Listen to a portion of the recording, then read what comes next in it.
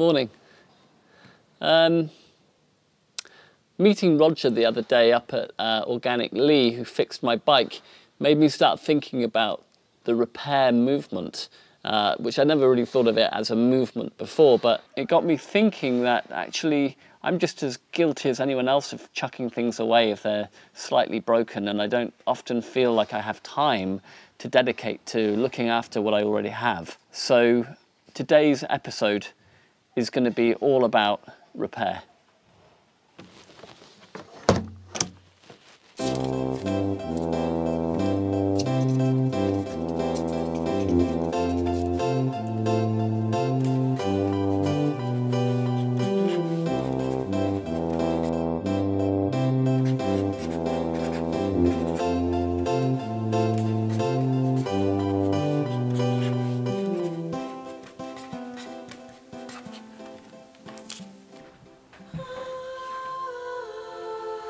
This is a beautiful chair.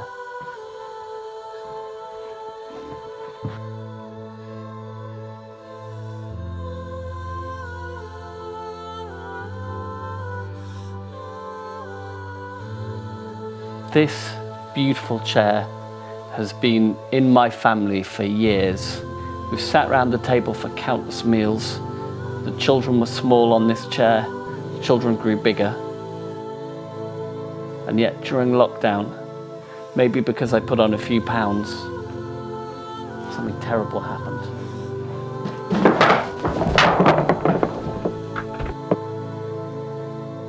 That's right, the chair has kind of met a bit of an end. It's given up the ghost for now, but I'm wondering, is it really as dead as I think, or is there maybe a tiny bit of life left in it?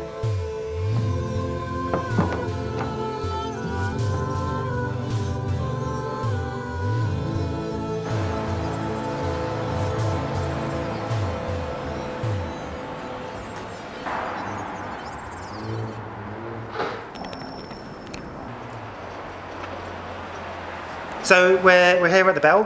We're at Monday Mending Club. This runs monthly, first Monday of every month, and we have about a dozen people in there, everyone's brought their own project with them and their own thread, but we can share that as well. And everyone just working away, mending and also chatting, and it's all nicely convivial. So me and Mika have set this up, and one of our key inspirations is Susie Warren, who does a Stitch It, Don't Ditch It campaign, where they'll go outside of H&M and just quietly mend for a couple of hours. And I just think that kind of protest is fantastic. So we're just trying to take a little bit of that spirit and just bring it to the pub. We're doing stuff like this. So this is my really knackered hoodie, and I've been practicing blanket stitch on here. And it's pretty rough and ready, but it's holding together, and this has survived 2 washes now, so I'm really quite chuffed. Yeah, it's really good. But there are people in there who've got like loads of skills, and we can share those skills together. I get a chance to like invest myself into what I own a bit and extend the life of it. Can you tell me a little bit about your philosophy of mending? I like visible mending. So instead of just kind of like getting kind of like matching fabric or matching thread to cover up the hole, I get like contrasting kind of colors, and then kind of mend it so it can enhance its kind of like imperfection. All I remember is it was one of the darkest places I've ever filmed in, and unfortunately I left the chair still in 2 pieces. I was gonna have to tackle this the next day on my own. So we come to the house to try and find the extra bits that we're going to need to make this repair properly.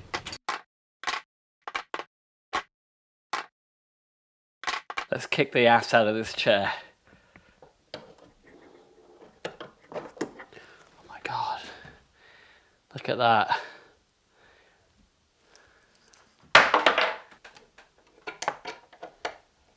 Ah, this is a good tool, this little one here. Yay, yeah. Woo!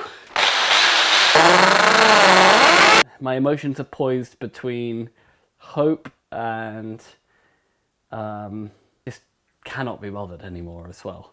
I have to be... But a bit like Micah said yesterday, you know what? The repair can be visible. Although actually for me, I wouldn't really mind if the chair was always like that. And look, it looks pretty solid. It feels solid. The other thought that I'm having just as I sit in this chair, I suppose it's about time.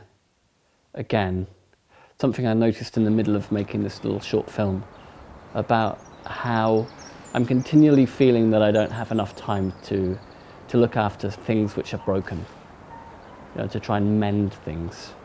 And it's not just about mending physical things like chairs, but also sometimes like relationships as well. You know, there's an awful lot of anxiety and worries around in the world right now. People just need that bit of kindness as well. Maybe repairing this chair makes me think about trying to also repair other things which are potentially a bit broken at the moment, but which could be mended. And that maybe there's something more deeply philosophical about this process of mending than what might first appear to be the case. Hilary, look what I did. Wow.